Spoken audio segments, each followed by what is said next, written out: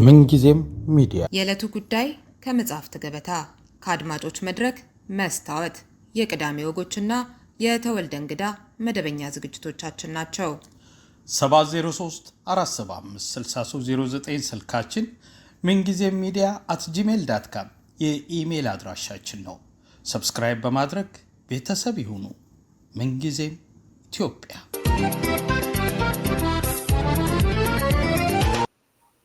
ሰላም ጤና ይስጥልኝ። የምንጊዜም ሚዲያ ቤተሰቦች፣ የፍልስፍና ምሁሩ ፕሮፌሰር መሳይ ከበደ ያለ አግባብ እየተለጠፈብኝ ነው ያለውን የጸረ አማራነት ታርጋና ተያያዥ ሀሳቦችን የያዘ ጽሑፍ ሰሞኑን አንፋውንድድ አኪዩዜሽን ቨርስስ ሪባትል በሚል ርዕስ አውጥቷል።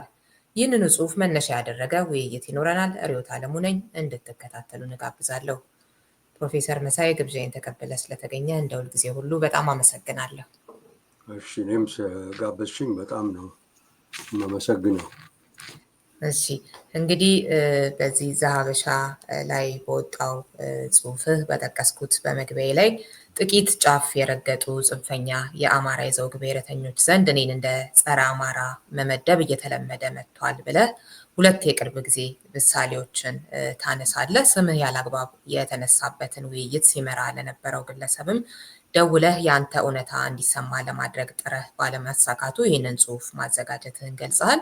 እውነታዎቹን በጽሑፍ አቀርብና እውነቱ በራሱ ያብራ ነው ያልከውና እስኪ ጽሑፍህን ላላነበቡ ደግሞ ለመከታተል እንዲመቻቸው አንኳር ነጥቦቹ ምንድን ናቸው የሚለውን ከመጀመሪያው ንዑስ ርዕሰ ጉዳይ ጀምረን እንሂድበት።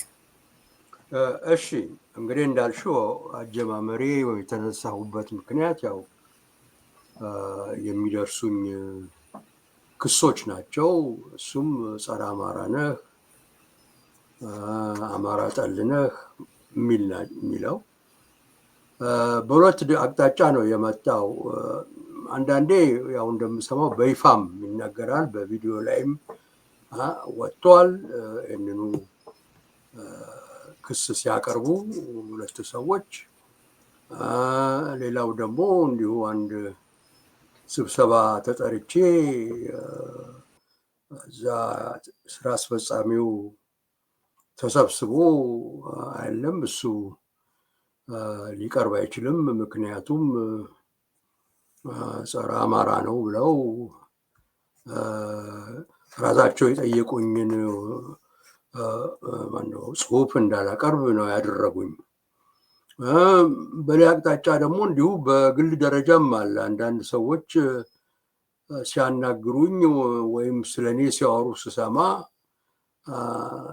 እንደው ቀጥታ ጸረ አማራ አቋም እንዳለኝ አድርገው ነው ብዙ ጊዜ የሚያቀርቡትና እኔ ከመጀመሪያ እንደ ትቅ ነገር አልቆጠርኩትም ነበረ። ግን በኋላ ሳየው እንደዚህ ሲደጋገም የለም ይሄ ነገር አንድ አይነት መልስ መስጠት አለብኝ። ያው እውነት ሲደጋገም ውሸት ሲደጋገም እውነት ስለሚመስል እውነቱ ይውጣና ይሄ እንደው ቀጥታ እንደው ዝም ብሎ የስም ማጥፋት ዘመቻ ካልሆነ በስተቀር ምንም መሰረት የለውም እና ይህንን ማሳየት አለብኝ ብዬ ነው እንግዲህ ይህን ጽሑፍ ያቀረብኩት። እንግዲህ ይህን ጽሑፍ ሳቀርብ እንግዲህ እነዚህ የከሰሱኝን ሰዎች እነሱን አሳምናለሁ ወይም እነሱን ሀሳብ አስለውጣለሁ በማለት አይደለም፣ እሱም እዛ አይደለም። ነገር ግን ምክንያቱም እነሱ እንደገባኝ ጽንፈኛ አክራሪ ናቸው እና ብዙ ጊዜ አክራሪዎች እንደዚህ ለክርክር እና ለውይይት አይመቹም። ከመመችም በላይ ደግሞ ወደ ሌላ ነገሩ ስለሚያመራ በልምድ እንዳየሁት ጭራሽ እንዳን ነገር እንዲህ አክራሪ ከሆነ ሰው ጋር እኔ ብዙም መከራከር አልወድም። ምክንያቱም ብዙ ጊዜ ዋጋ የለውም እና ግን ለማንኛውም እነሱን የሚያዳምጡ ሰዎች ስላሉ እነሱ ደግሞ እስቲ እንደው ምን ይላል ብለው መጠየቃቸው ስለማይቀር በሱ በኩል ያለው አቋም ምንድን ነው ብለው መጠየቃቸው ስለማይቆም እስቲ ነው ልስጣቸው አንዳንድ ነጥቦች ብዬ ነው የጻፍኩት። እና እንግዲህ እንዳልኩት ነው ማለት የተጻፈው ለነሱ ሳይሆን ለነሱ አዳማጭና አንባቢ ነው። እና እነሱን ነው መጀመሪያ የጠየቅኩት ራሳቸውን። በተለይ ቪዲዮ ያወጡትን ጠየቅኳቸው። እንዴት ነው እናንተ ጋዜጠኛ ነኝ ትላላችሁ፣ አንድ ሰው እንዲህ ስትከሱ የግድ ያ ሰውዬ የሚለውን ማዳመጥ እና ክሱን እንዴት ይቀበለዋል ወይስ አይቀበለውም ብላችሁ፣ ካልተቀበለውም በምክንያት ነው የማይቀበለው ብላችሁ መጠየቅና ለአንባቢዎቻችሁና ለአድማጮቻችሁ ማሳወቅ አለባችሁ፣ ወይም ግዴታችሁ ነው፣ መብታችሁ ብዬ ነው እንግዲህ የጠየኳቸው መጀመሪያ። እና ለትንሽ ጊዜ ያው ነገሩ እንደሚካሄድ ነገሩኝ። በቃ ምንም ችግር የለም ኢንተርቪው እናደርጋለን፣ ቃለ መጠይቅ እናደርጋለን ብለው ከዛ ደግሞ ያው ተሰርዟል ለሌላ ጊዜ የሚል መልስ አገኘው። ያው ዝም ብለው እንደሰረዙት እርግጠኛ ነበርኩ እና ሊያናግሩኝም እንደው ሊያዳምጡኝም ጨርሶ አልፈለጉም ማለት ነው።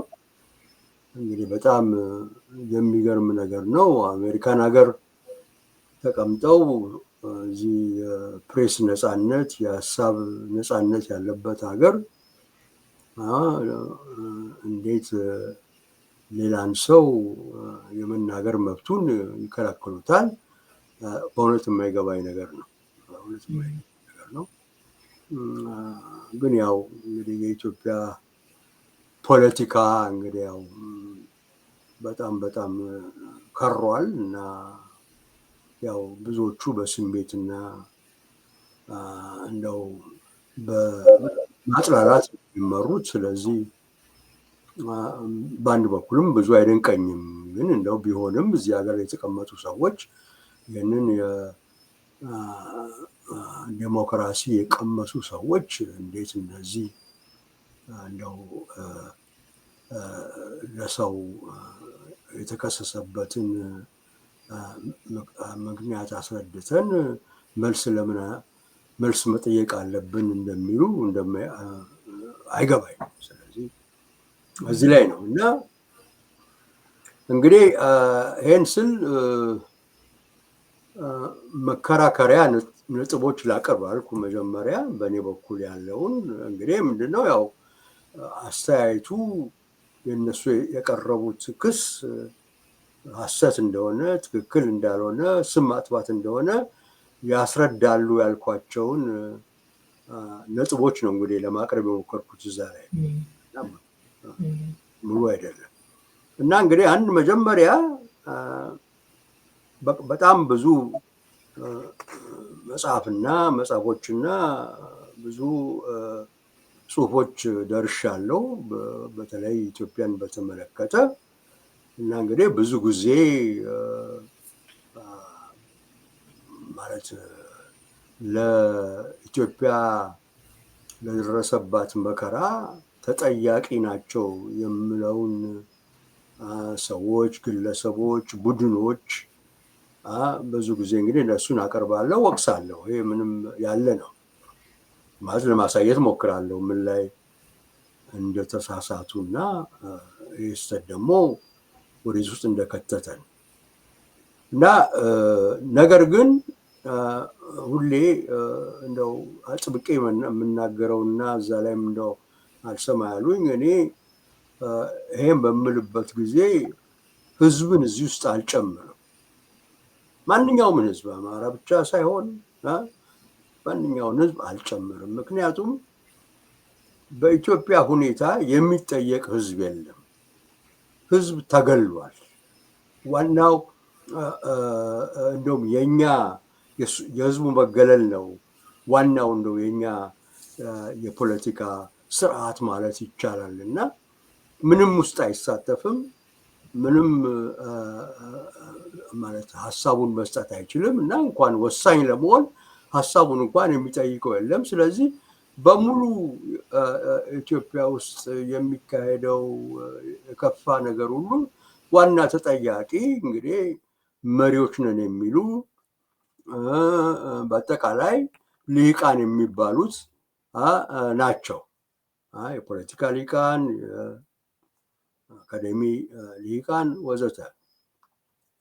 እና እንግዲህ እኔ እዚህ ላይ አስረዳ የምፈልገው ህዝብንና ልሂቃንን በትክክል ለያለሁ። ያው እንዴት ነው? ያው መቼስ አማራ ኦሮሞ ማለት ስላለብኝ ለማለት እንትን ለማለት ስፔሲፊክ ለመሆን ግን ሲያስፈልግ የአማራ ልሂቃን ላለው ሲያስፈልግ የኦሮሞ ልሂቃን ላለው እሱ ደግሞ ሳያስፈልግ ሲቀር ማለት ኮንቴክስቱ በጣም ግልጽ ከሆነ ዝም ብዬ አማራም ምናምን እችላለሁ። እና እናንተ ስታነቡት ከኮንቴክስቱ ጋር ነው ማንበብ ያለባችሁ ብዬ አሁን እነዛ አንድ ሁለት አረፍተ ነገር ከመጽሐፍ አውጥተው ነበር የሰጡኝ። በእውነትም ሲያዩት ልሂቃን የሚል ጎኑ አለ እና ይኸው ይሄ ልሂቃኑን ነው የሚመለከተው በሚል ለማስረዳት ሞከርኩ። አሁንም አንዱ መከራከር ነጥቤ ነው። የትም ቦታ መጽሐፎቼ ወይም ጽሁፎችን ለማንበብ የተነሳ ሰው ግልጽ ነው ከፈለገው ማየት ከፈለገ ግልጽ ነው በጣም እና ህዝቡን አይደለም እንዳልኩት ቅድም ህዝቡ ምን ውስጥም የለበትም። ስለሌለበት እሱን ተጠያቂ ማድረግ በምንም መንገድ ፍች የሌለው አመለካከት ነው። ስለሆነም እዛ ውስጥ አላስገባውም። እንደውም ብዙ ሞቅሰው ይሄ ነው፣ ህዝቡን ጭራሽ ወሮራችሁታል፣ ድምፅም አትሰጡት፣ ከውሳኔም ወጥቷል እና እናንተ ብቻ ናችሁ ፈራጭ ቆራጭ ኢትዮጵያ ውስጥና የልሂቃን ጠብ ነው ኢትዮጵያ ውስጥ የምናየው፣ የህዝብ ጠብ አይደለም በእውነቱ። እና ይሄ ነገር ለማንም ግልጽ መሆን ነበረበት እኔ እንደሚታየኝ። እና ህዝብ ከህዝብ ጋር ነው የተጣላው ወይም ህዝብ ይወቃቀሳል ወይ ህዝብ በደለ ያንን ህዝብ የሚል አነጋገር ከሆነ እሱ ትክክል አይደለም። ይሄ እንግዲህ የጽንፈኞች ለማጣላት ለማጋጨት የሚደረግ ነገር አለ በስተቀር በእውነት ያለውን ነባራዊ ሁኔታ የሚገልጽ አይደለም። ስለዚህ የለም ይሄን ነገር ይሄ ዋናው የአጻጻፍ ስልት ነው፣ የአጻጻፍ ዘዴ ነው። ልሂቃንና ህዝብ በደንብ ተለይቶ ነው በጽሁፌ ውስጥ መጽሐፍም ሆነ ተራም ጽሁፍ ሆነ የሚታየው። ስለዚህ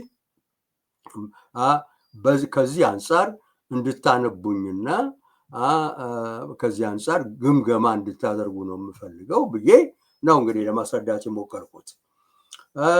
ሌላው ደግሞ ነጥብ እኔ መቼስ ያው ቅድምም አንቺም ተናገርሽዋል፣ ያው በትምህርቴም በስልጠናዬም ፈላስፋ ነኝ እና በሙሉ እስከ መጨረሻ ዲግሪ ድረስ ፍልስፍና ነው የተማርኩት እና ያው በፍልስፍና ብዙ መጽሐፍና ብዙ አርቲክሎችም ጽፍ ያለው እና እንግዲህ ፈላስፋ ማለት እኔ እንደሚገባኝ እንግዲህ በአንድ በኩል እንግዲህ መጀመሪያ እንደው አመክንያዊ አስተሳሰብ የሚከተል እና ይሄ እንደው ዝም ብሎ በስሜት እና ነገሮችን ሳያመዛዝን አቋም የሚወስድ ወይም ደግሞ በስሜት ከሰው ጋር የሚጋጭ አይደለም። በመሰረቱ ይሄ ነው እንግዲህ ፍልስፍና በአመክንዮ በሪዝን መጠቀም ነው። ሁለተኛ ደግሞ በሪዝን በአመክንዮ እንጠቀማለን ካልን ደግሞ ዋናው እንግዲህ የምንፈልገው እውነትን ነው። እውነትን ለመናገር ሁሌ እውነት ላይ እንደርሳለን ማለት አይደለም፣ ቀላል አይደለም እውነቱ ምን እንደሆነ ለማወቅ። ነገር ግን ጥረቱ አለ፣ ሙከራው አለ እና ግቡ ይሄ ነው። እውነቱን ለመያዝ እውነቱን ለመጨበጥ ነው። እና በዚህ መሰረት እንግዲህ እውነት ደግሞ መቼም ጊዜ ቢሆን ሁለንተናዊ ነው፣ ሁሉን ያቀፈ ነው። እውነትን ለአንቺ የሚስማማ ለእኔ የሚስማማ ለሁላችን የሚስማማ ነው። ሁለትና ሁለት አራት ነው ስል ለእኔ ብቻ አይደለም፣ ይሄ ለሁሉም ነው። ምክንያቱም ይሄ ደንበኛ እንትን ላይ ምክንያቱ ላይ የተመሰረተ እንትን አመለካከት ነው፣ እውነት ስለሆነ ነው።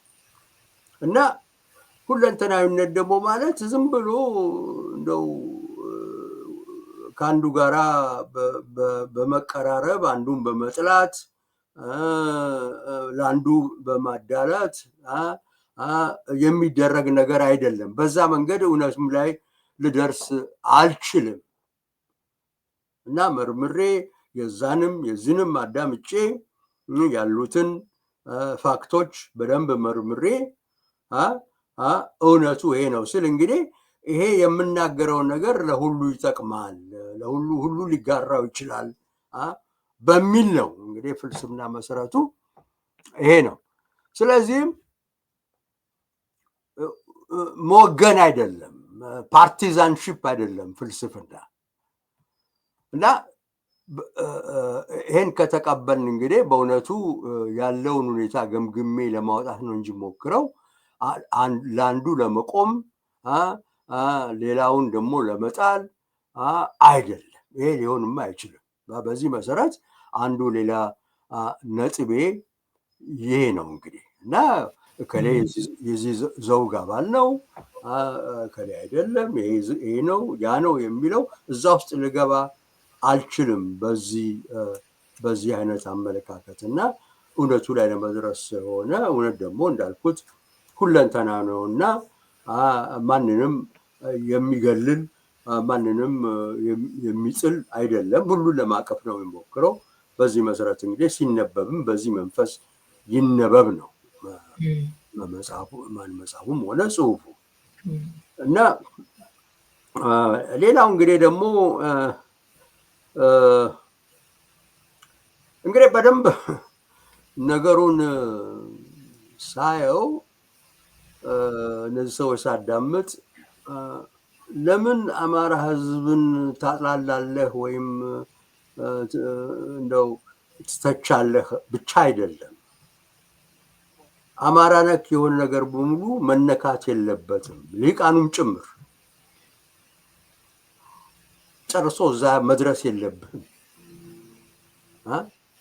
የሚል አነጋገር ነው እንግዲህ እንደገባኝ ከሆነ። እና ለምን አማራ ነክ ነገር ትተቻለህ?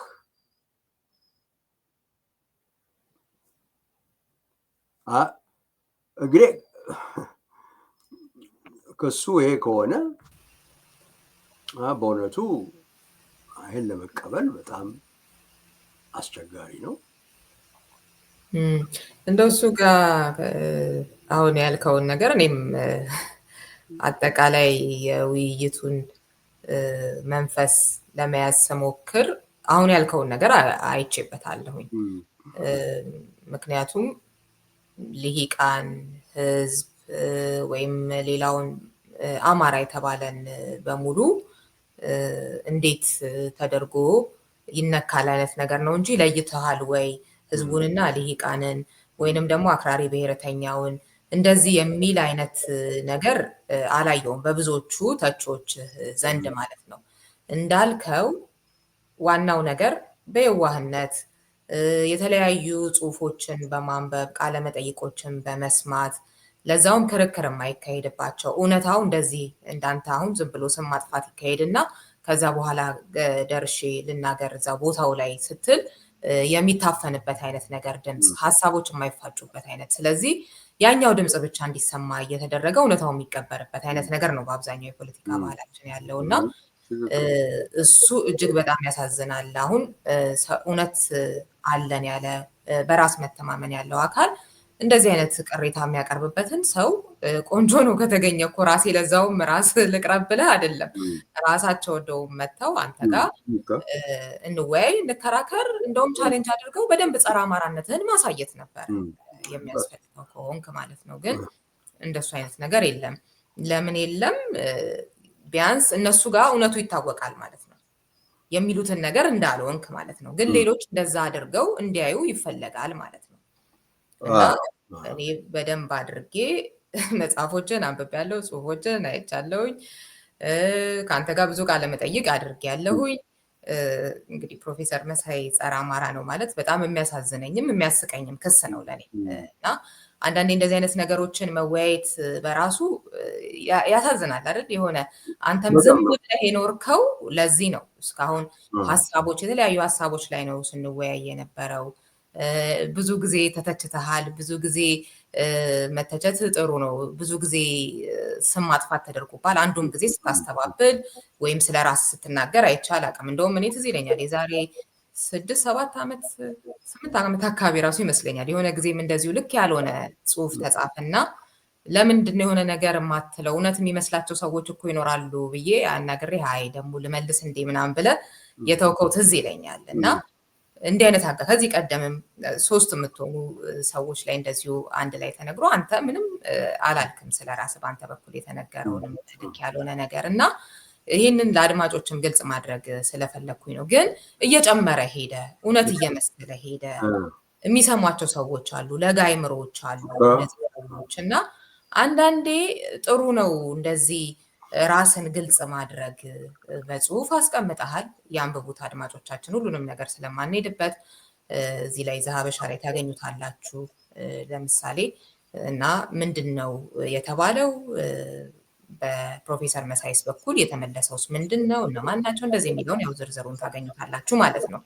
እንደው አጠቃላይ ሀሳቡ ላይ ስንነጋገር እንዲህ አይነት ነገሮችን ዝም ማለት እኔም አለብኝ በነገራችን ላይ አይ ሀሳቡን እንጂ የሰዎቹን ስም እየጠራው እንዲህ አይነት ነገር በሚል አንዳንዴ በጋራ የነበርኩበትን ቦታና ሁኔታ ላይ ሁሉ አንዳንድ ግለሰቦች ሲዋሹ ያለው እንደሱ አይነቱ ዝምታ ለሌሎች ደግሞ በቃ በውሸታቸው አይ ዝም ተብለናል ብለው እንዲጠነክሩ የሚያደርግ አይነት ነገር እንዴት ለገሌማ መልሳለሁኝ ወይንም ደግሞ እንዴት እንደዚህ አይነት ነገር ውስጥ ገባለሁ እኔ ሀሳብ ላይ ላውራ ብቻ ብለህ ዝም ያልከው እና አንዳንዴ ጠቅለል አድርጎ መመለሱም ጥሩ ነው የሚለውን ነገር እኔም እያሰብኩበት መጣውና እንደዚህ በመጽሐፍህም ጥሩ ነው ለማለት ፈልጌ ነው። እውነት አንዳንዴ ቅድም ያልከው ውሸት እየበዛ ሲሄድ እውነት ተደርጎ ዝም ስትይ ደግሞ መልስ ሳትሰጪ ስትቀሪ እውነት ይመስላል አይነት ነገር ነው። በየጊዜው እንዲህ ባክ ኤንድ ፎርስ ሳይሆን አንድ ጊዜ አንዴ በቃ ከአሁን ወዲያ ምንም ነገር በዚህ ነገር ላይ አልጽፍም በቃ ሬከርዱ ይኸው ብዬ በእኔ በኩል ያለው አቋም ይሄ ነው ብዬ ነው እንግዲህ አሁን በቃ የሰጠሁት። ከዚያ ዘግቻለሁ። ከማንም ጋራ እንካ ሰላንታ ውስጥ አልገባም እና ይሄ ነው እና እንዳልሽው ነው። ይሄ እንደው በምንም አይነት መንገድ አማራ መነካት የለበትም፣ የአማራ ሊቃን ሆነ ንጉሶች ሆኑ የሚለው እኔ በእውነቱ እንደው በሙሉ ወደ ፕሮፓጋንዳ ለመለወጥ ካልሆነ እውነተኛውን ታሪክ ነባራዊውን ሁኔታ እንድንገልጽ ከተፈለገ የግድ ጥሩንም መጥፎውንም መናገር አለብን። የግድ ነው።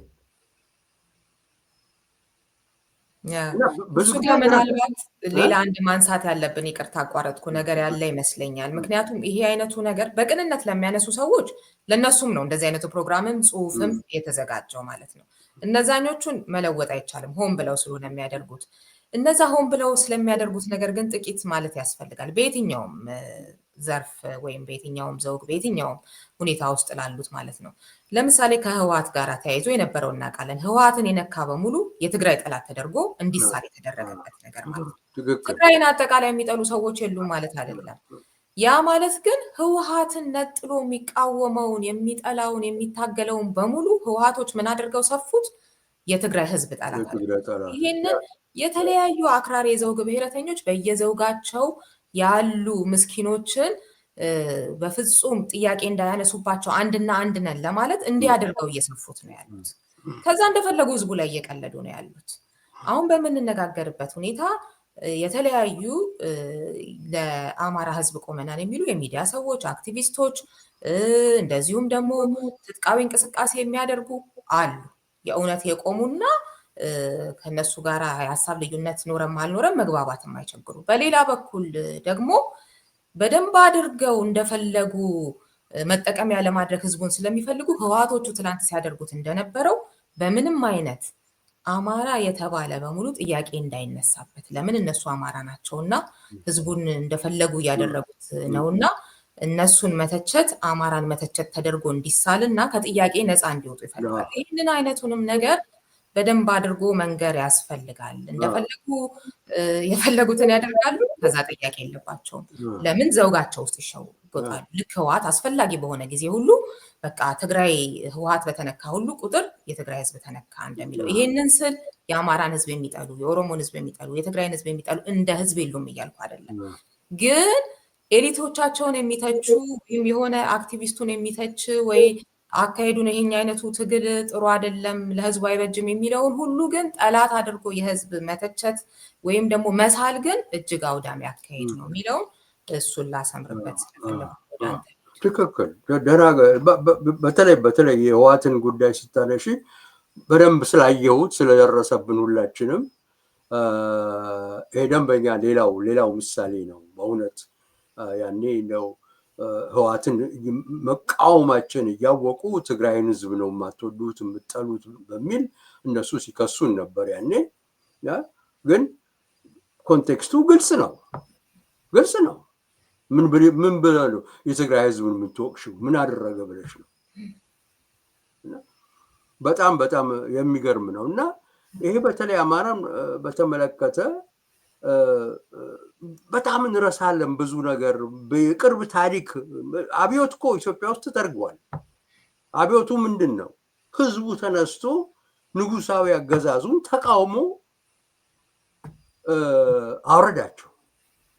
ያው ሚሊተሪውን ያወረደው ግን ሚሊተሪው ሊያወርድ የቻለው ያው የህዝብ ድጋፍ ስለነበረው ነው። ምንድን ነው ያኔ ሰው ቢጠየቅ ደስ አላለንም፣ አልወደድነውም፣ አልተስማማንም ብለው ነው እንግዲህ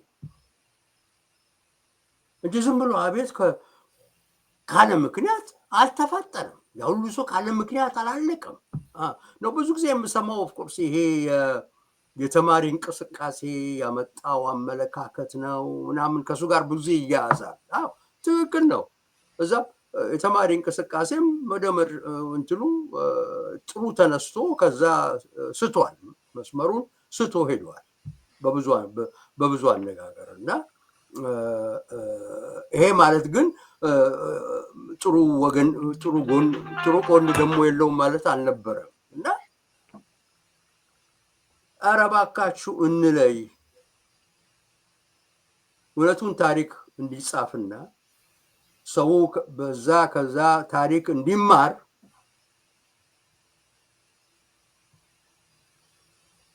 ጥሩ እንዳለ መጥፎም እንዳለ እንቀበል።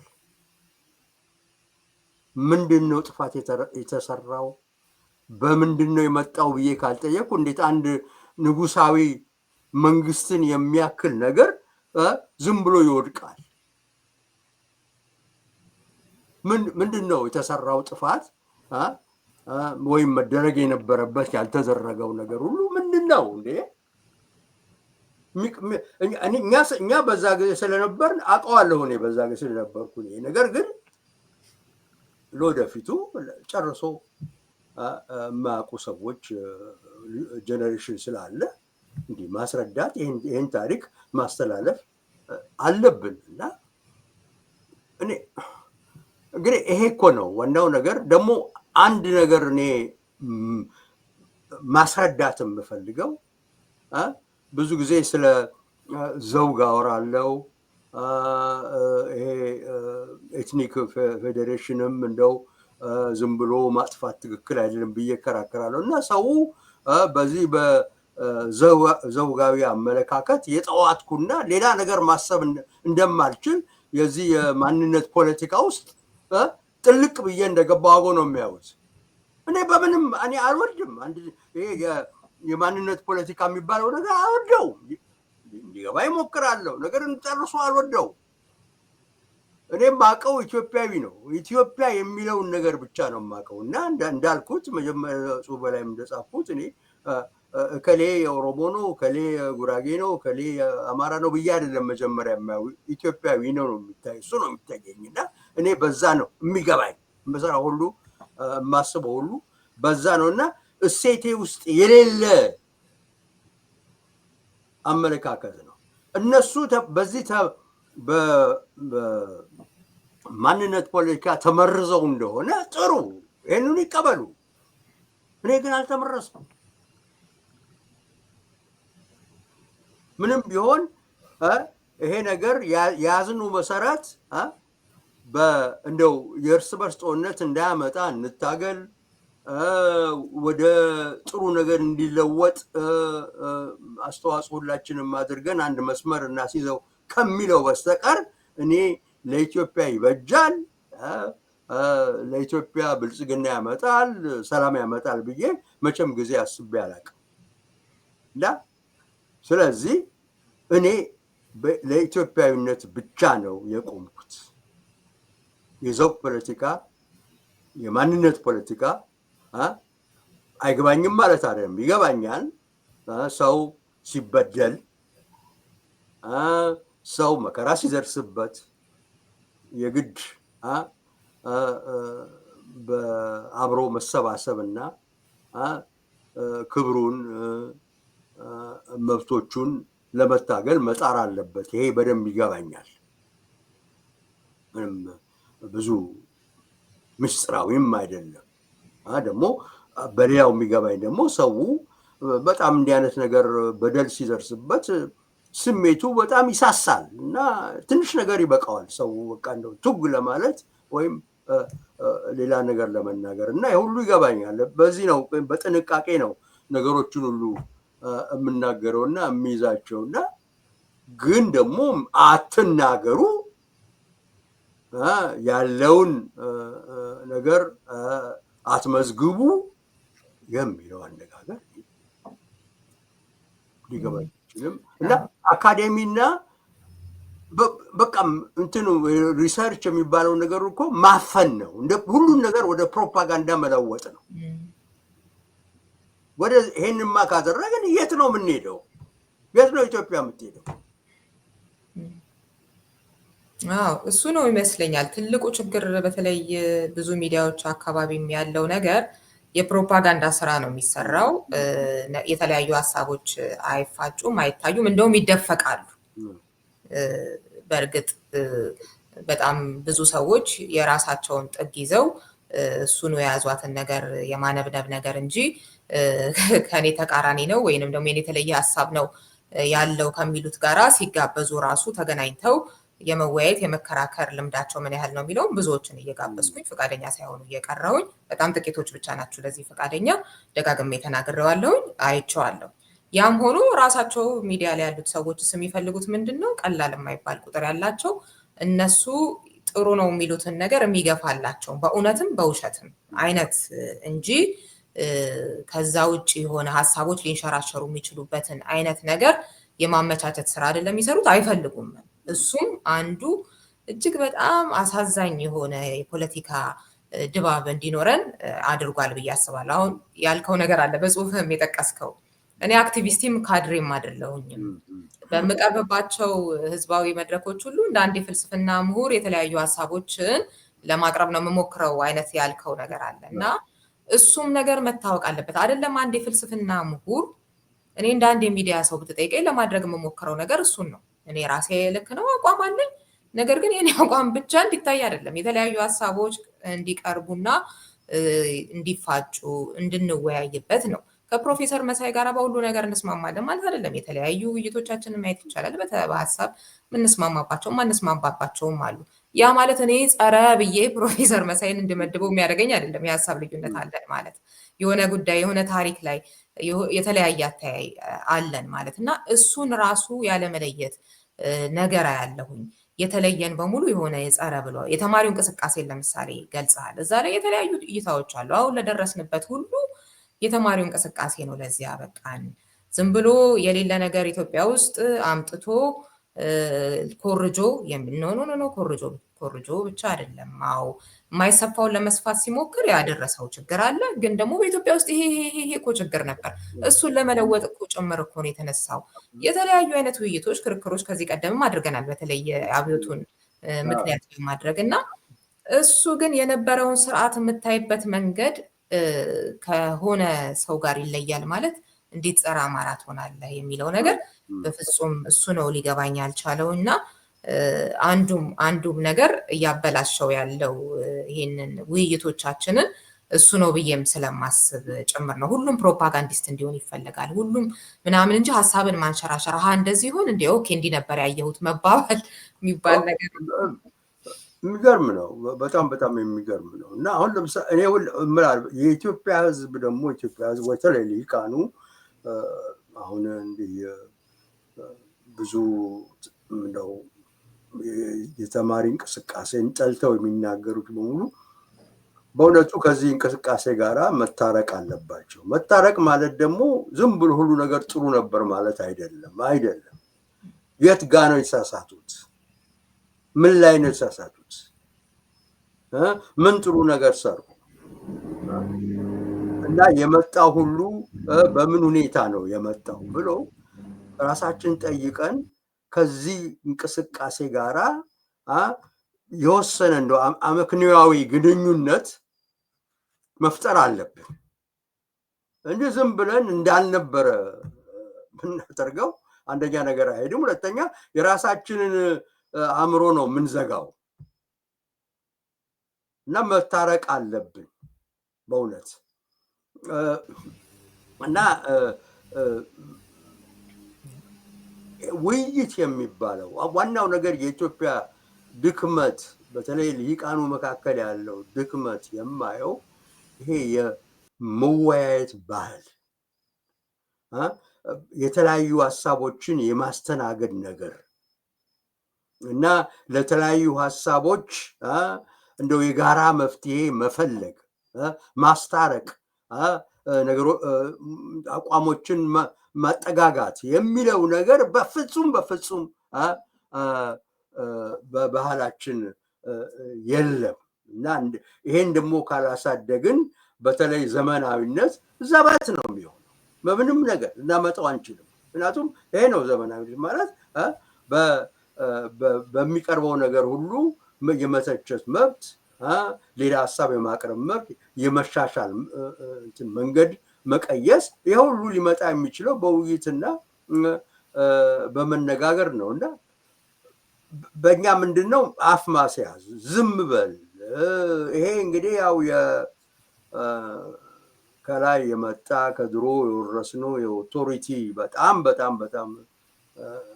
እንደው ባለስልጣን ከሆንሽ የመጨረሻውን የምታውቂ አንቺ ነሽ እና መቤት ጠየቅ ይሆናል። ነገር ግን ከዛ ወዲያ ዝም ማለት ያስፈልጋል።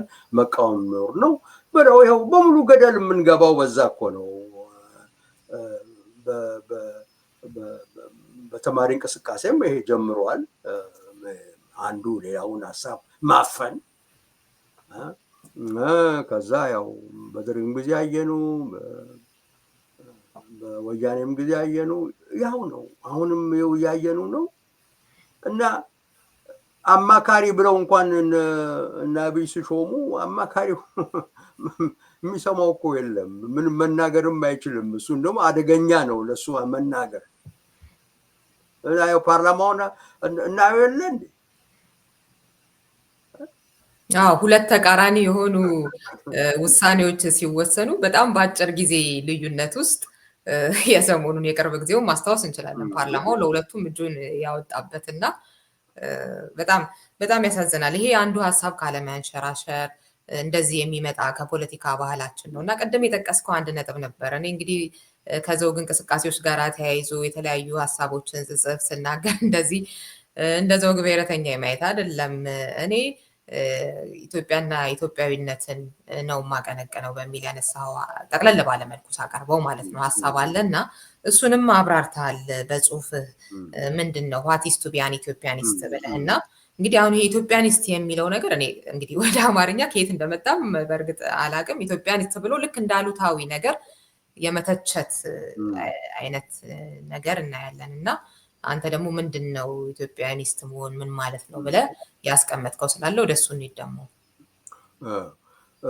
እንግዲህ ያው ማለት ይሄ እንግዲህ ኢትዮጵያዊ ስትሆኚ አንደኛ ነገር ያው የመጣሽበትን ዘውግ ጎሳ መካድ ወይም እሱን መጥራት አይደለም፣ ሊሆንም አይችልም። ነገር ግን ከዛ አለፍ ብሎ ትንሽ በእንግሊዝኛ እንግዲህ ትራንሰንደንት ነው የሚለው ከዛ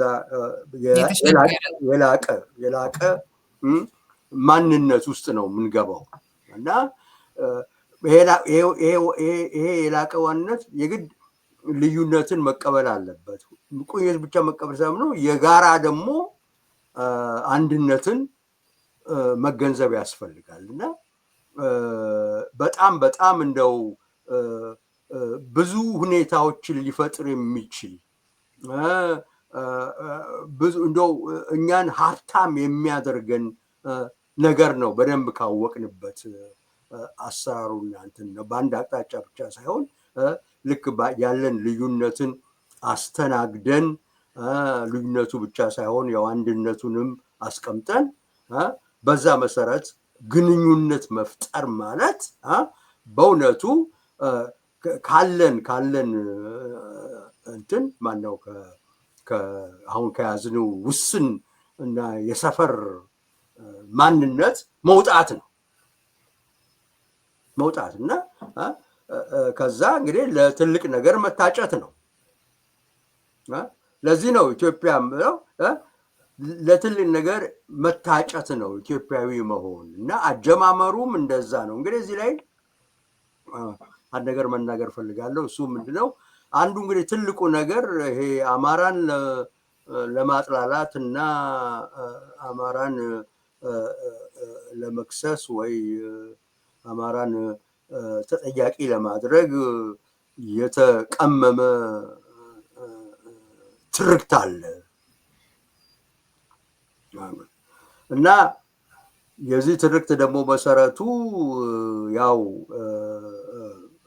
አፄ ሚኒሊክ እና ወደ ደቡብ ያደረጉት መስፋፋት በሙሉ እሱ የቅኝ ግዛት አሰራር ነው የሚለው ነው እና ኢትዮጵያ ኮሎኒ ነበረች፣ በአማራ ስር ኮሎኒ ናት እና በዚህም የተነሳ ያው የብሔረሰቦች ብሔሮች ጭቆና ይፈጠር ነበር የሚል ነው። እንግዲህ እኔ በእውነቱ እዚህ ላይ እንግዲህ ይህንን ሀሳብ በደንብ የተነተንኩት ሰርቫይቫል ኤንድ ሞደርናይዜሽን የሚለው ጽሁፌ ላይ ነው። እዛ ላይ የመጀመሪያ ሁለት ማንበብ ለሚፈልጉ ሰርቫይቫል ኤንድ ሞደርናይዜሽን ኢትዮጵያስ ኢኒግማቲክ ፕሬዘንት የፊሎሶፊካል ዲስኮርስ ይላል።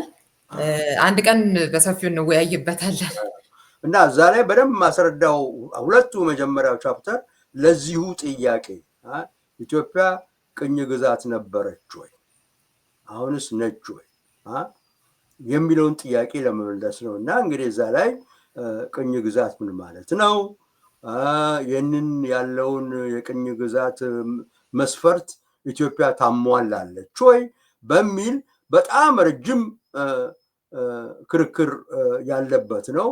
እሱም ደግሞ ለመከራከር የኦሮሞ ምሁራን የጻፉትን በማያያዝ ነው። ከነሱ ጋራ ነው እንግዲህ ብዙ ገጥም የነበረው እና ይሄ የተፈጠረው ትርክት ምን ያህል ውሸት እንደሆነ ምን ያህል አሳሳች እንደሆነ እንደውም የኢትዮጵያ መመስረት ጸረ ቅኝ ግዛት ነው። ይሄ ነው ማየት ያልቻል ነው።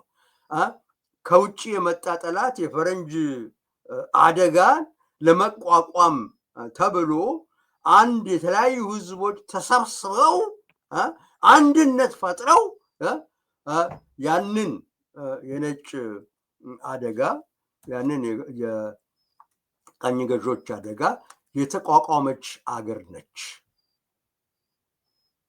ይሄ ነው መሰረቷ ኢትዮጵያ የሚለው ነው። እንግዲህ እዛ ላይ በደንብ ለማንጸባረቅ የሞከርኩት። ለዚህ ደግሞ በመሪነት ደረጃ አስተዋጽኦ የነበረው ጥርጥር የለውም የአማራ ሊቃኖች ነበሩ። ሌሎቹ ብቻውን አማራ ገዛ ማለት አይደለም፣ በዛ ጊዜ የሌሎችም ነበሩ።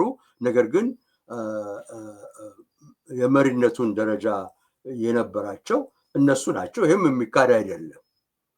ነገር ግን ኢትዮጵያ የዚህ ይሄ ጸረ ቅኝ ግዛት የመሆኑን አንታይ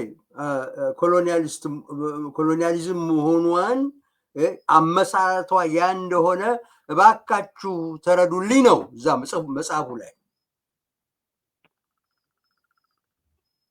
ይሄን ከያዝን እንግዲህ የለም ያ ጥሩ ጅማሬ ለምን አልቀጠለም ወደሚለው ጥያቄ እንገባለን። ምክንያቱም ኢትዮጵያ የተጠበቀውን አላደረገችም። ይሄ ግልጽ ነው። የተሰባሰበው ህዝብ በሙሉ ይጠብቅ የነበረውን ላይ አልደረስንም። ለዚህ ምክንያቶቹ ምናቸው ብሎ ያኔ መዘርዘር ይቻላል እና ያውም መጽሐፉ ላይም ይዘረዝራል። እና ምንድነው መጨረሻ ላይ እንትን የሚለው ዘመናዊነት ውስጥ በትክክል መግባት ያቃተን በእንደዚህ ሁኔታ ነው።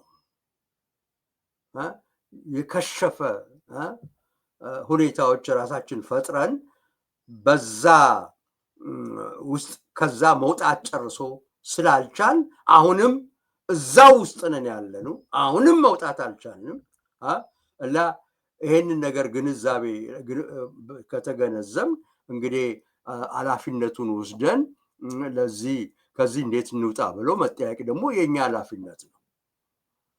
ስለዚህ ትልቅ ነገር ነው። በቃ ራሱ ባንዲራውም ኢትዮጵያ የሚለው ምን ቃላት በሙሉ ደግሞ እንዳየነው ሁሉ ሌሎች አፍሪካ ሀገሮች ያኔ ነፃ ለመውጣት ሲታገሉ እንደ ምሳሌ የወሰዱት ኢትዮጵያን ነበር ሁሉ። ብዙዎቹ እስካሁን ድረስ ያው ኦልሞስት የኢትዮጵያ ባንዲራ ነው የሚጠቀሙት፣ እሱን የሚመስል ነው እና እነሱ የገባቸው ይሄ ነው። እኛ ግን ሊገባን አልቻለም። ይሄ የተቆረቆረ ራሱን ችሎ ራሱን ያስተዳደረ ተሰባስቦ የቅኝ ግዛትን ጥቃት ለመቋቋም የተመሰረተ ሀገር ነው። ከዚህም ደግሞ አልፎ ያው አንድነቱን ፈጥሮ ምን ብሎ እስከ ማሸነፍ ደረጃ የደረሰበት ነው። ይሄ ነው መሰረቱ የኢትዮጵያ። ከዚህ ነው መነሳት ያለብን። ይሄ ደግሞ የነበረውን ትርክት በሙሉ የሚያፈርስ ነው እና ዝም ብሎ እንዲሁ በስሜት አይደለም ማወራው። በደንብ ነጥቦች አሉ። ቅኝ ግዛት ማለት ምን ማለት ነው? ምን ማሟላት አለበት? ኢትዮጵያ እነዚህን ታሟላለች ወይ ብለን ነው እየጠየቀን መሄድ ያለብን እንጂ ዝም ብሎ እንዲሁ በደፈናው እንዲህ ነው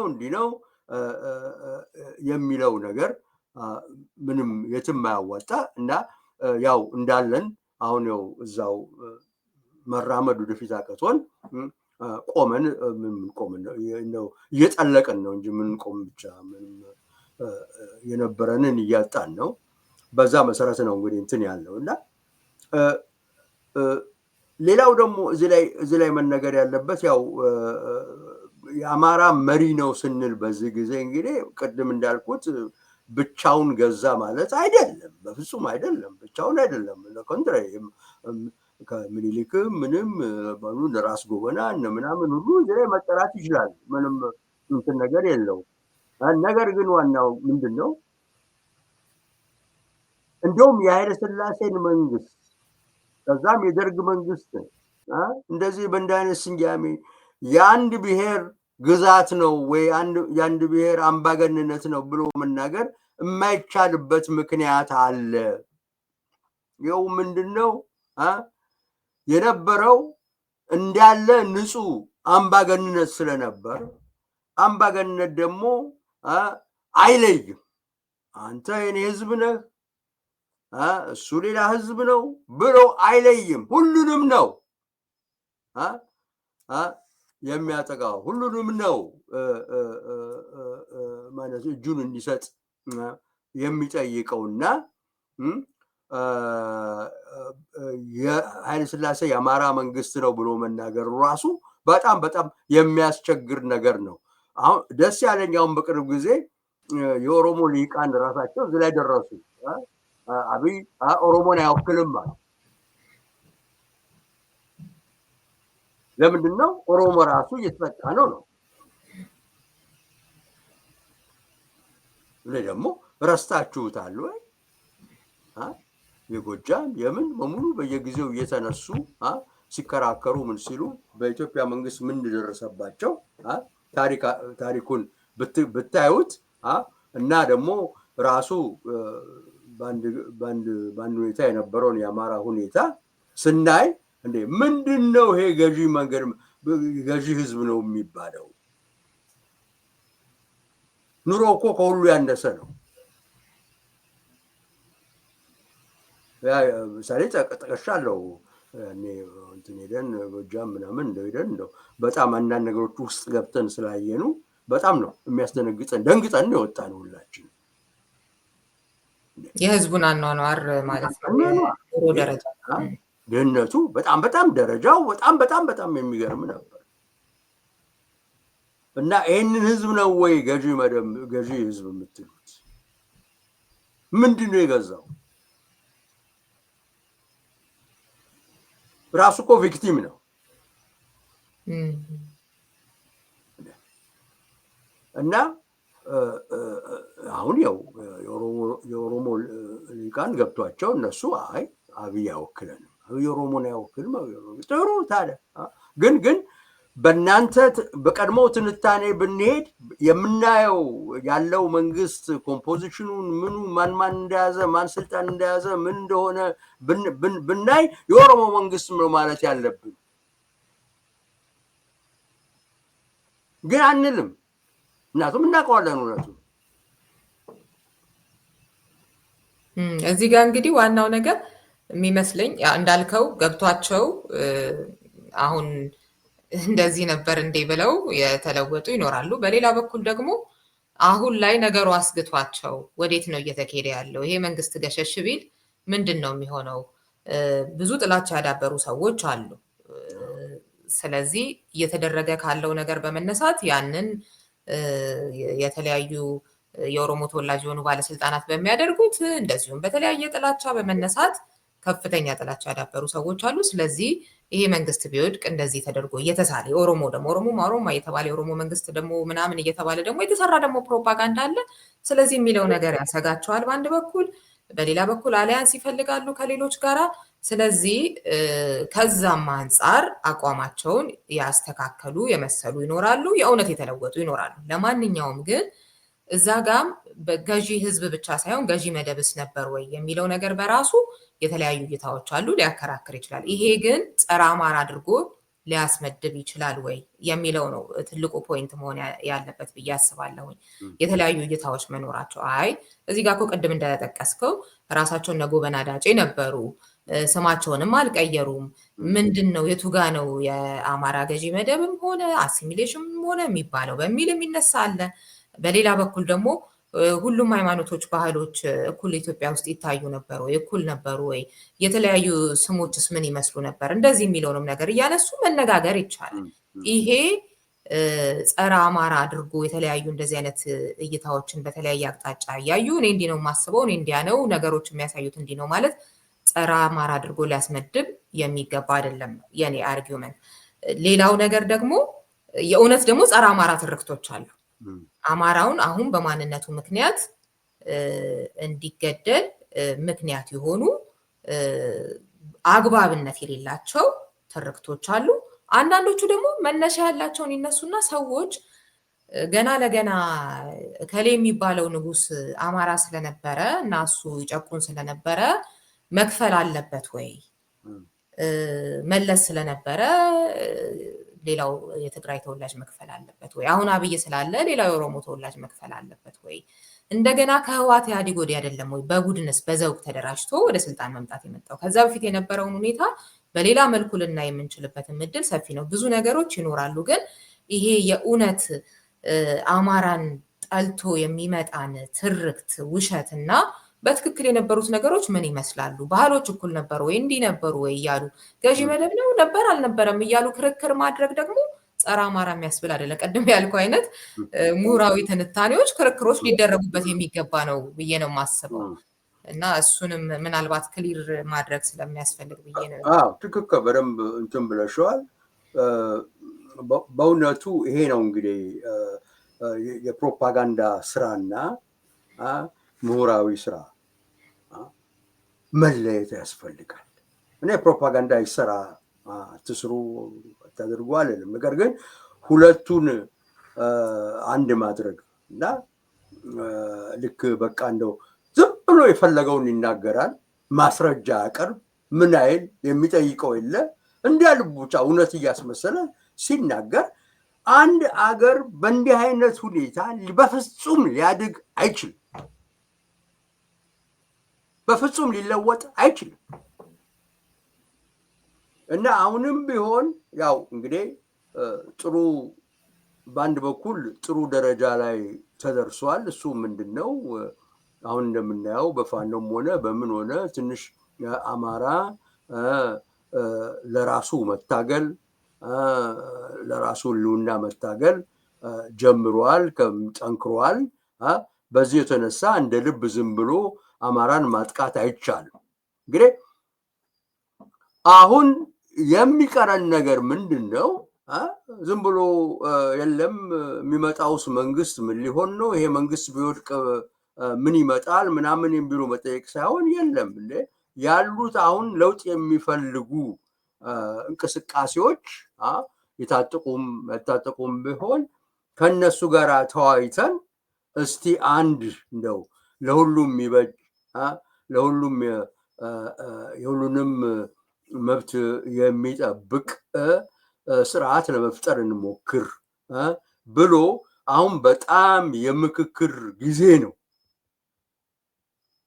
እንጂ ቁጭ ብሎ ድንጋይ መወራወር አሁንም ዝም ብሎ መሳደብና የለም እንዲህ ከሆነ ብሎ የትም አይሄድም ወይ አገሪቷ እናጣለን። አንዱ እሱ ነው።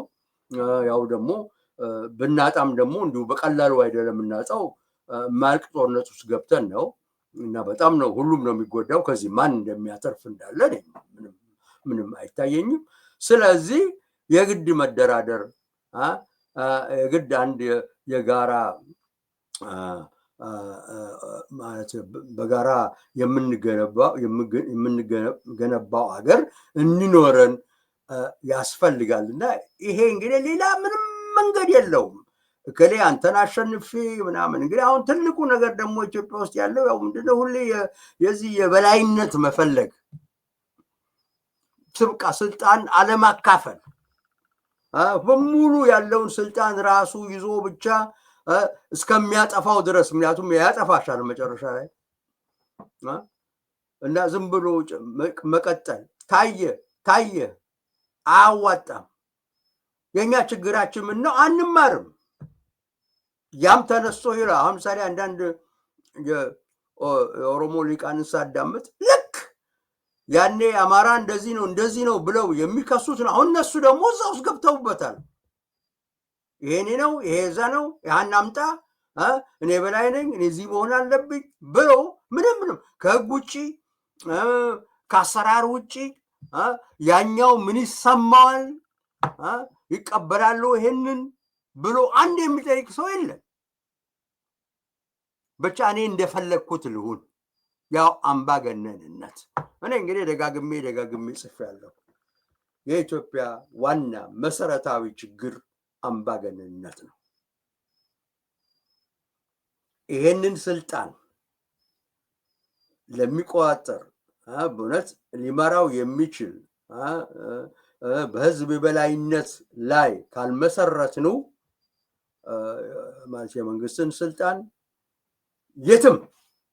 የትም አንሄድም፣ ለውጥ አናመጣም። እና እሱ ነው እንግዲህ በእውነቱ እኔ እንደው እንትን ለማለት አይደለም።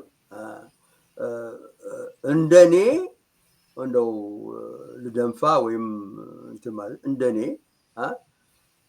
ለአማራ ሕዝብ የተከራከረ የቆመ ያለ አይመስለኝም። በምሁራን ደረጃ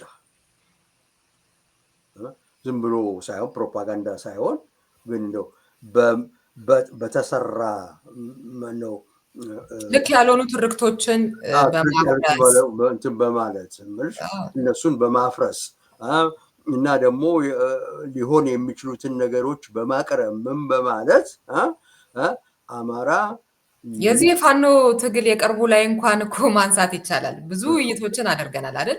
እኔ በእርግጥ እንደውም ከአንተ የተለየ እይታ ነው ያለኝ። እኔ ይሄ እንቅስቃሴ ለአማራ ሕዝብ ሲሆን አይታየኝም አይነት ነገር ነው። ከውስጡ በጣም የሚከበሩ ሰዎች ቢኖሩም እውነት ለአማራ ሕዝብ የተሻለ ቀን ለማምጣት ብለው የሚታገሉ ግን አጠቃላይ እንቅስቃሴዎቹን ዘርዝሬ በተለያዩ ምክንያቶች እኔ የሆነ የሚያመጣው የተሻለ ነገር የሚያመጣ አይመስለኝም። እንደውም የአማራ ክልልን የሚያወድም አይነት ነው የኔ ግምገማ ከመጀመሪያው የነበረው።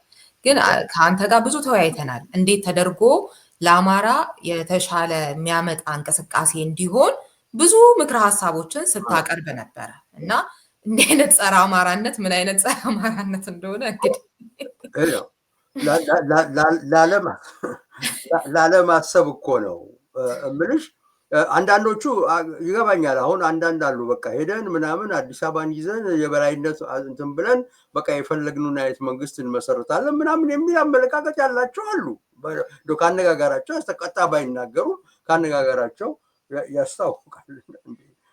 እንዴት ነው ያው እኮ ጭቃ ውስጥ ነው የምንገባው ዞሮን ዞረን እና ይሄማ ያው ይሄ አምባገንነት ፍለጋ ከሆነ አሁንም ቢሆን ምንም ወደፊት አንሄድም። እና እኛ በሽታችንን አውቀን ችግራችንን አውቀን መድኃኒቱ ምንድን ነው ብለን መጠየቅ አለብን። እና ስልጣን ማጋራት ስልጣንን ማካፈል የግድ ነው የግድ። ይሄ ደግሞ በህዝብ የበላይነት ተቆጣጣሪነት እንዲህ አይነት ስርዓት ነው የሚያስፈልገን እንጂ አሁን ከላይ እስከታች ድረስ ምንም ህዝቡ በራሱ የሚተዳደርበት ሲቪክ ኦርጋናይዜሽን እኮ የለም ኢትዮጵያ ውስጥ። አንድ ያለችው እድር ነች። እሷንም ያው በተለያየ መንገድ በደርግም ጊዜ ሲሞከር አይቻለሁ። በተለያየ መንገድ እዛ ውስጥ መንግስት እጁን ለማስገባት እየጣረ ነው። ያው ቤተክርስቲያን ምንም አሁን በመንግስት ነው የተያዘችው። ቀበሌ ወረዳ የሚባሉት አሰራሮች በሙሉ እኮ የመንግስትን የበላይነት እና ህዝብ ራሱን የማስተዳደር እዛ ታች ደረጃ እንኳን በቀበሌ ደረጃ እንኳን ራሱን ማስተዳደር የማይችልበት እና አንዱ የቀበሌው አስተዳደር ለበላዩ ለወረዳው ተጠሪ እንደዚህ ተጠሪ ቀርሰው ሄዶ አብይ ጋር ነው የሚታሰረው ሁሉ ነገር። ትልቅ ፒራሚድ ነው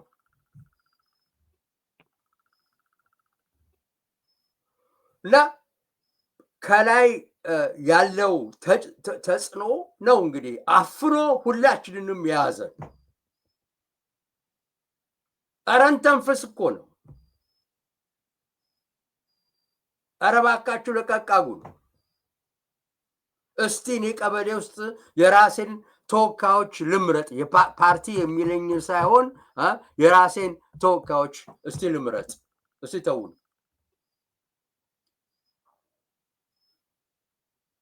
ምንም እኮ የለም። መንግስትና ፓርቲ አንድ ነው። የህዝብ ድርጅቶችና ፓርቲ አንድ ነው። ሰራተኛ ማህበር ነፃነት የለ፣ ማነው ሴቶች ማህበር ነፃነት የለ ምን የለ ሁሉም በመንግስት ቁጥጥር ስር ነው። እንዴት ሰው አይታፈንም? እንዴት አይገባውም? በቃን። አሁን ደርግ ራሱ ያንዴ መሬት ላራሹ ተብሎ ሲባል ወስዶ መንግስት ማነው ህዝቡን በሙሉ ገበሬውን በሙሉ መንግስት ቁጥጥር ስር አስገባው። እሱ ምንድነው መሬት የመንግስት ነው አለ እና ተከራይ ሆን ሁሉም ገበሬው የሚከራይ ሆነ የመንግስትን መሬት። ያው ጭሰኛ ያብቃ ብለን ነበረ ብዙ የታገልነው፣ ተመልሶ መጣ።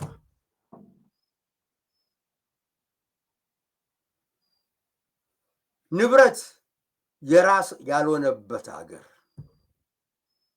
ውስጥ እኮ ነው ያለ ነው። በንብረትሽ ማዘዝ የማትችል እና ምን ያለ ነፃነት ነው የምናወራው?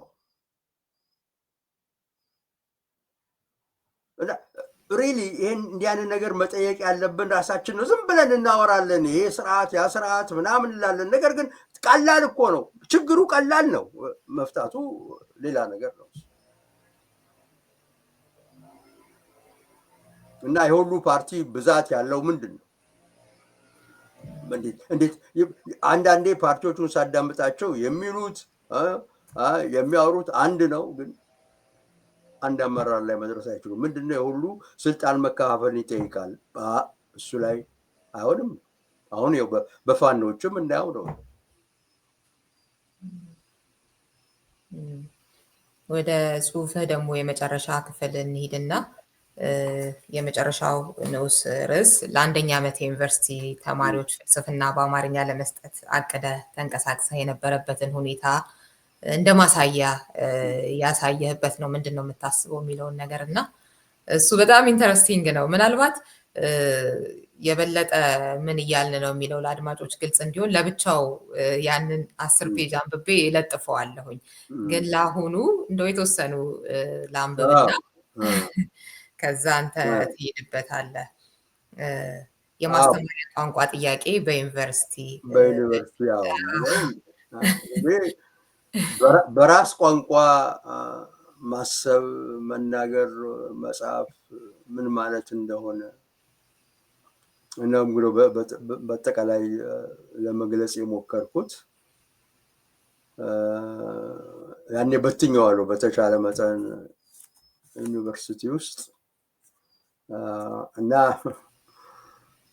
ያው በጣም ታሪካዊ ነገር እኮ ነው ማለት አሁን ብዙዎች ይህንን ላያውቁት ይችላሉ። እንዳልኩት ታሪካዊም ስለሆነ አነበዋለሁኝ እና እለጥፈዋለሁ ለብቻው። እዚህ ጽሁፍህ ግን በጥቂቱ የጠቀስከው ነው አሁን የምንነጋገርበት ጽሁፍህ ላይ እንደ አንድ ማሳያ እንዴት ይሄ ጸረ አማራ አድርጎ አንተን ለመተረክ የሚደረገው ነገር ልክ እንዳልሆነ ያሳየህባቸው የተለያዩ ጉዳዮች ውስጥ አንዱ ነው። በትንሹ ነው የተጠቀሰው፣ ግን እነዛ 10 ፔጆች ምን ይዘዋል የሚለውን እንዳልኩት ለአድማጮች ለብቻ ማቀርበው ነው። ጥቂት ለአንብበው። ግን በአዲስ አበባ ዩኒቨርሲቲ ውስጥ በአማርኛ የማስተማር ጥያቄ እንዴት አንገብጋቢ መሆኑን ብቻ ሳይሆን የተለያዩ ምክንያቶችን በማቅረብ ጥያቄው ላይ ብዙ እጅ ያለው ተቃዋሚ ክፍል እንደተነሳ ለማስረዳት ያለው ቀላል መንገድ በራሴ ላይ የደረሰውን ታሪክ ለዚህ ሴሚናር ተካፋዮች ማሳወቅ ወይም ማስታወስ ይመስለኛል። ከብዙ አቅጣጫ በተገኙ ልምዶች በመገፋፋቴ በተለይም አሁን ታትሞ በመሸጥ ላይ የሚገኘውን የማሌ መዝገበ ቃላት ከ3 ዓመት በላይ በተለይም የፍልስፍናውን ፈርጅ የሰራው በመሆኔ የተወሳሰቡና ረቂቅ ፍቺዎች ያሏቸው ሀሳቦችና ቃላት በአማርኛ ለመግለጽ አስቸጋሪ ይሆናል የሚለውን የነበረኝን እምነት በተግባር ተሽሮ በማየቴ ለጥናትና ምርምር በሚያመች መንገድ የተወሰኑ የመጀመሪያ ዓመት ክፍል ተማሪዎችን በአማርኛ ለማስተማር ተነሳው። ጥያቄውን በወቅቱ ለነበሩት የዩኒቨርሲቲ ባለስልጣኖች አቀረብኩ። ይህ የሆነው በመስከረም ወር 1977 ነው ትላለህና እንግዲህ አሁን ስንት ዓመቱ ማለት ነው? እንግዲህ በጣም ብዙ ጠላት አፈራሁ። በጣም በአማርኛ ላስተምር ስላልክ ማለት ነው። በጣም በብዛት እንግዲህ ብዙ ለምን እንደተነሳው እኔ ያኔ በቃ በደርግ ጊዜ ነው እንግዲህ ያው በጣም ዩኒቨርሲቲው ህዝብ ነው እኩልነት ነው ተብሎ ማዕት ሰው ገባ። እንግዲህ ቋንቋውንም የሚችል የማይችል ምናምን ግን ብሎ በቃ እንደ ኦልሞስት ክፍት ሆኖ ተገባና ልጆቹን ማለት መግቢያ ነጥቡ አንሶ ነው እንዴት ሆኖ ማለት አንሶ ነው እሱም አንሶ ነው እና በቃ መብት እንዳላቸው ነው እንግዲህ ነገሩ የቀረበው መብት የመማር መብት እንዳላቸው በአንድ በኩል እውነት ነው በሌላ በኩል ደግሞ ለዩኒቨርሲቲው ጥሩ አይደለም ለደረጃው ጥሩ አይደለም እና ምንድነው አሁን ቁጭ ብለን እዛ በእንግሊዘኛ እናወራለን እነሱ በአማርኛ ማለት በሚችሉት ቋንቋ አይደለም ትንሽ ትንሽ እንዲያው ብላ ይችላሉ ምንድነው የሚገባቸው ምን ይያን ምንድነው የምናስተምረው በቃ ዝም ብሎ አንዳንዶቹ ዝም ብለው በቃል በማጥናት ምናምን ሊወጡት ይሞክራሉ ይሄ ትክክል አይደለም እና ዘዴ መፈለግ አለብን በሚል አንድ እሱ ሁለተኛው ደግሞ እዚህ የማሌ መዝገበ ቃላት አክቹዋሊ አንሲክሎፔዲያ ነው መዝገበ ቃላትም አይደል ብቻ አንሲክሎፔዲያ ማለት ይቻላል የት አለ እዚህ ባሳይሽ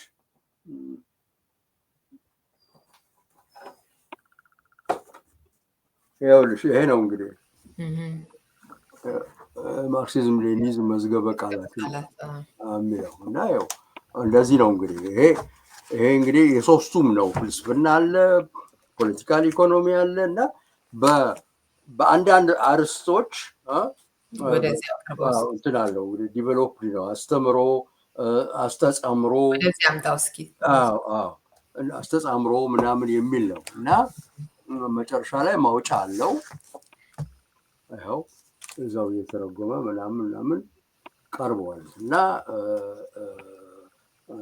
ቅድም ለምሳሌ እንትን አመክንዮ ስልሽ እኛንን ያወጣ ነው እና ሪዝን የሚል ቋንቋ ስፈልግ እንዴ ምንድነው የምናገው እንዴት ነው ስንል በቃ ለምሳሌ መዝገበ ቃላት ያዘጋጃችሁት ሰዎች ማለት ነው አዎ ሶስት ነበርን እንግዲህ ፍልስፍናውን ያዘጋጀነው ሁለቱ የአማርኛ ኤክስፐርት ነበሩ እና በእነሱ ነበር እንግዲህ እና እኔ ሐሳቡን ነገራቸዋለሁ እነሱ ከግዕዝም ሆነ ከምንም ሆነ ፈላልገው የቀረበውን ነገር ያውቃሉ ለምሳሌ አሁን ሜታፊዚክስ የሚለውን ቃል ትዝ ይለኛል በጣም ተጨነቅን ሜታፊዚክስ እንግዲህ ነገርኳቸው በግሪክ ምናምን ሜታ ማለት የበላይ ቢዮንድ ማለት ነው እና ከአካል በላይ ነው ማለት ነው ከዛ ያለፈ ነው ስል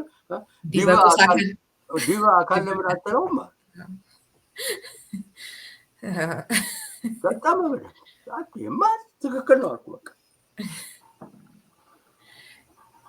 አንዳንዱ በእርግጥ እንትን ነው አሁን አንዳንድ ሙከራዎችን አይቻለሁኝና አንዳንዱ እንዳልከው በጣም እንደዚህ መፍታት እየቻልን ለምን የሚል በሌላ በኩል ደግሞ እንግሊዘኛው የሚቀርብ የሚመስልበት አይነት ያኛውን ማናቀውም አይነትም ነገር እንደሱም ያለው አንዳንዱን ለምሳሌ አትረው ምሳሌ እንደ ኢምፔሪያሊዝም ያለ ምናምን በጣም ተቃውምትን እሱ አያስፈልግም ብለን ተው ነው እና እንደውም ይሄ ቋይ በትልቅ ደረጃ መሰራት ያለበት ትልቅ በቃ ሙከራ ነበረ በጣም ደግሞ ቆንጆ ሊቃን የግዕዝ ደግሞ ግዕዝ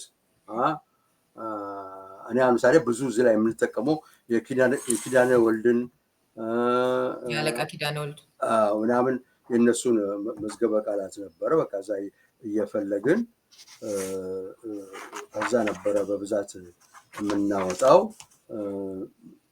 እና በጣም ብዙ ድካም አለው ግን እንትን ነው ጠቀሜታው ብዙ ነው በጣም ብዙ ነው እና ቃሉ ደግሞ ዝም ብሎ ሲወጣ መጀመሪያ እንትን ላይስማማሽ ይችላል ግን ስትሰሪበት ነው እንግዲህ ሲብላላ ጥሩ የሆነ ይመጣል እና ግን በዚህ ይቀጥላል እኔ ነገር እንደው እንጀምረውና ይቀጥላል በሚል ነው እንጂ በዛ ቀጥዬ ማስተማራል ምክንያቱም በገና ብዙ ነገር ስለሚጎለኝ ለአንድ አመት ለመጀመሪያ አመት anyway ግን እሱም አልሆነም አይደል እስኪ እሱን በደንብ አውራን የሚያጡት ነገር የለም ከዛ በኋላ እንግዲህ ምንድነው በቃ ብዙ የተጠቃጨርኩም ነኝ እንደምንም ብዬ ፈተና ድረስ አደረስኩት አንድ ሴሚስተር ሄደ አንድ ሴሚስተር እና ፈተና በአማርኛ ወጣሁ እና በሌሎቹ ያው መለሱ፣ ብዙዎቹ ጥሩ አገው መለሱ ምናምን አሉ። ግን እና ሳየው ከእንግሊዘኛ የሚገኘው ግሬድ እና ከአማርኛ የሚገኘው በጣም ልዩነት አሳየኝ። ይሄኛው በጣም በለጠ፣ የአማርኛው የበለጠ ግንዛቤ እንዳገኙ ተረዳሁ ተማሪዎቹ። እና ከዛ አይ እኔ ብቻዬን ይህን ነገር ልሰራ አልፈልግም ብዬ ዲፓርትመንት አንድ ኮሚቴ አቋቁመን እስቲ ይህንን ውጤቱን ተመልከቱት እናንተ እስቲ ምን ታስባላችሁ? እኔ እንደዚህ ነው እና አንቡና የሚገባቸውን ግሬድ ነው ወይ ሰጠሁት ብዬ ጠየኳቸው። እና እነሱ ተሰብስበው ብለው አጥንተው ምናምን ያው ኤግዛክትሊ ትክክል ነው ምናምን አሉ። እና በኋላ እንትኑን ላስመዘግብ ሬጅስትራ ላስመዘግብ ስልከው ነው እንግዲህ ነገሮች ሙሉ የተበላሹት። እና ይሄንንማ ጨርሶ ሬጅስትራሩ ነገረኝ። እኔ እንትን ደርሶኛል፣ ትእዛዝ ደርሶኛል አትቀበል የሚል። ከዛ ኤሪኩ ምናምን ሰዎቹ ጋር ኃላፊ ናቸው የሚባሉትን በጠይቃቸው ሁሉም ይላል። በኋላ ያው ዲኑ ጋራ በቃ ዲኑ እንዲጠምደው ያዙ። የፈቀዱልኝ እሳቸው ናቸው። ግን በኋላ ጠምደው ያዙ። እሳቸው ተነሳባቸው መሰለኝ ብዙ ነገር ስለፈቀዱ። ከዛ በቃ እና አካዳሚክ ኮሚሽን መጥራት አለብኝ ምናምን። አካዳሚክ ኮሚሽን ስብሰባ ተጠራ። ተጫጫሁን። ምንም የደረስንበት መስማማት የለም። ከዛ ወደ ላይም ሄደ ነገሩ ምን ሄደ ምንም እንደው በቃ ጨርሶ እዚህ ላይ ደግሞ አንድ ነገር መናገር ፈልገው ከሁሉ በላይ የተቃወመኝ የአማራ ምሁራን ናቸው። ይሄን ብንሳቅልኝ ይፈልጋል። በጣም እኔ ሌሎቹን ጠብቅ ነበረ። የኦሮሞ ምሁራን፣ የትግራይ ምሁራን ደስ ላይላቸው ይችላል እያልኩ እጠብቅ ነበረ። ከነሱ በላይ የተነሳብኝ እነሱ ናቸው። በምንም ጥምድ አገው ያዙኝ ምናምን አሉ። በቃ መከራ መጣና ከዛ እንደምንም ብለው ደግሞ ዲፓርትመንት የነበርኩን ዲፓርትመንት ከፋፈሉት። እዛ ተነሳብኝ የሚቃወም ምናምን የሚል አናስተምርም ምናምን።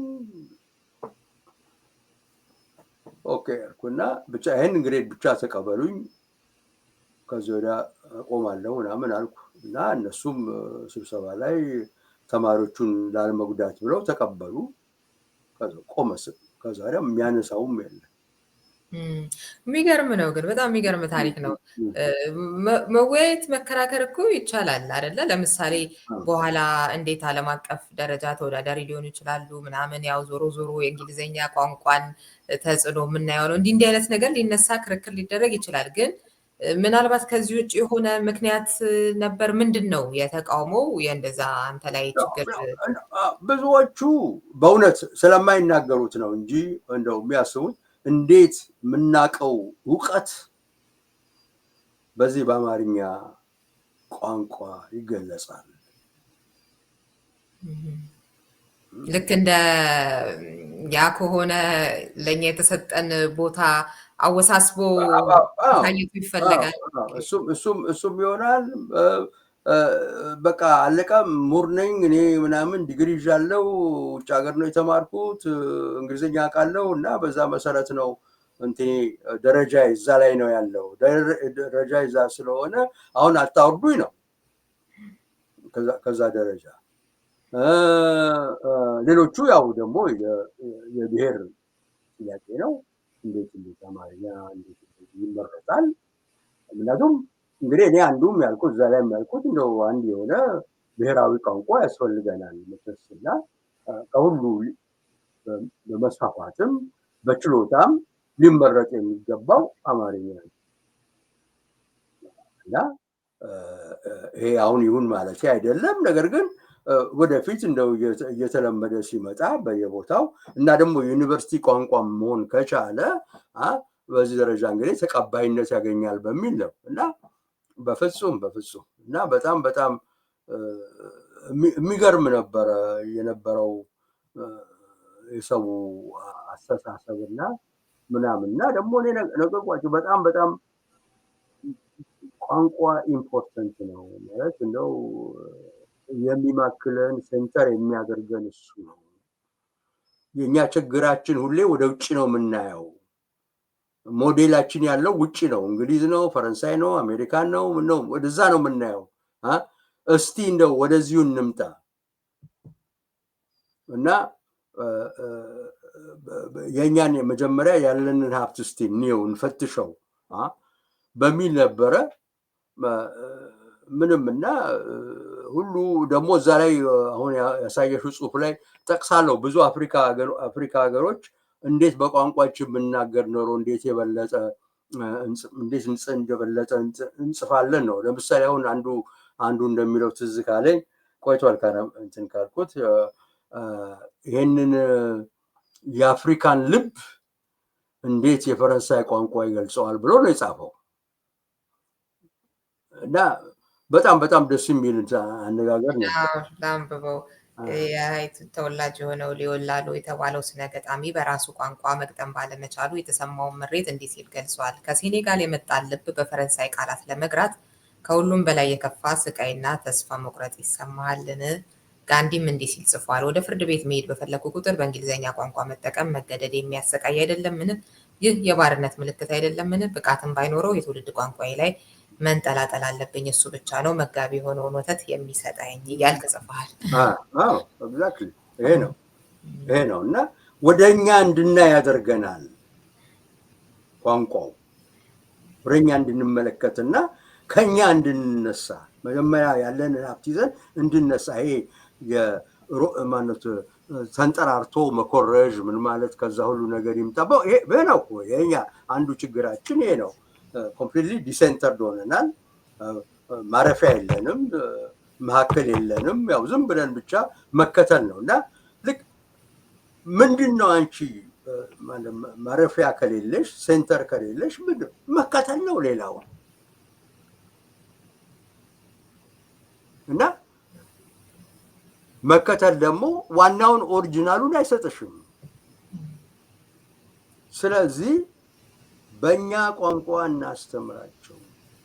እነሰዎች ኢትዮጵያዊ ሆነው እንዲያድጉ እንዲያስቡ እና መነሻቸውንም መድረሻቸውን ኢትዮጵያ እንዲያደርጉ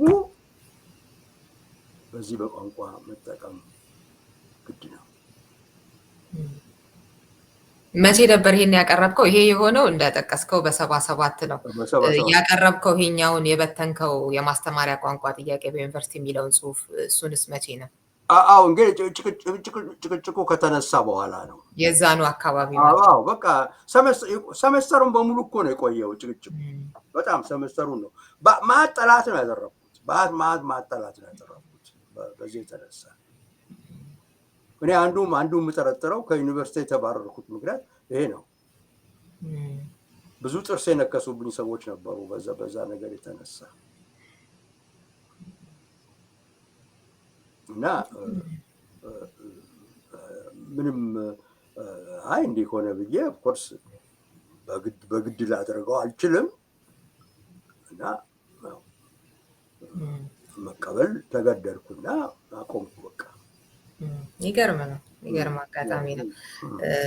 የሚገርምም ትልቅ ሙከራ ጥረት ነው። እንግዲህ እንደዚህ አይነት አሰባሳቢ የሆነ በቋንቋም ደረጃ ይኖረን እንደገና ደግሞ ተማሪዎች የሚረዱትንም የሚለውን በተሻለ ከእንግሊዘኛው እንደዚህ የሚለውን ነገር ምን ያህል እንደሄድክበት ማሳያ ነው። በጣም ነው የማመሰግነው ለነበረን ጊዜ። በመጨረሻ ሳልል ባላልፈው የምትለው ሀሳብ ደግሞ ካለ መድረኩ ክፍት ነው። እንግዲህ ያው እዛ ላይም እንደደመደምኩት አሁን መቼስ ኢትዮጵያ እንድትቀጥል ከፈለግን ያው የግድ አንድ የምንናገረው ቋንቋ ያስፈልጋል፣ ሁላችንም የምንግባባበት። እንግዲህ ይሄ ነገር ዝም ብለን ብቻ አማርኛ አንፈልግም ስላልን የሚፈታ ነገር አይደለም። የግድ አት ዋን ፖይንት አንዳው ነገሩን በቅርብ ማየት አለብን እና ትንሽ እንደው ለወደፊት ብንዘጋጅ። አሁን ደግሞ ያው ይገባኛል በአሁን ጊዜ ሞስራብሊ ይሄ የሞከርኩት እንትን በአማርኛ የማስተማር ሙከራ እኔ ከአሁን ወዲያ ኢትዮጵያ ውስጥ እንደዛ ይሆናል ብዬ አላስብም። አልፏል ጊዜው። ያኔ መጠቀም ነበረብን፣ ጊዜው አልፏል እና ግን በሌላ መልኩን ቀይሮ መምጣቱ ስለማይቀር እና ዩኒቨርሲቲዎቻችን ልክ ኢትዮጵያዊ እንዲያስቡ፣ ኢትዮጵያዊ እንዲሆኑ፣ መነሻቸውም መድረሻቸውም ኢትዮጵያ እንዲሆን በእውነቱ የዚህን የቋንቋ ሁኔታ አንድ እልባት መስጠት እንዳለብን በደንብ ነው የሚገባኝ እና የሚመጣው መንግስት እንግዲህ ይህንን ያስብበት ከማለት በስተቀር ምን ማለት ይቻላል? ይሄ ነው እንግዲህ ከተፈለገ ብዙ ጊዜ የልማት ጥያቄ የባህል ጥያቄ ነው እና ጭንቅላታችን ኢትዮጵያ ላይ ካላረፈ በምን እንዴት አገን እድገት እንደምናመጣ አይታይም። መሬት መያዝ አለ። እግራችን እዚህ ላይ ቆንጠጥ ብሎ መሬቱን መያዝ አለበት እና ያኔ ነው እንግዲህ የሚታየኝ። እሺ፣ በጣም አመሰግናለሁ። አድማጭ ተመልካቾች ከፕሮፌሰር መሳይ ከበደ ጋር የነበረኝ ቆይታ ይሄንን ይመስል ነበር። በሌላ ጊዜ ከሌላ እንግዳ ጋር ቆያችኋለሁ። ሰላም ሁኑ። ምንጊዜም ሚዲያ የዕለቱ ጉዳይ ከመጽሐፍት ገበታ፣ ከአድማጮች መድረክ መስታወት፣ የቅዳሜ ወጎችና የተወልደ እንግዳ መደበኛ ዝግጅቶቻችን ናቸው። 703-475-6309 ስልካችን፣ ምንጊዜም ሚዲያ @gmail.com የኢሜል አድራሻችን ነው። ሰብስክራይብ በማድረግ ቤተሰብ ይሁኑ። ምንጊዜም ኢትዮጵያ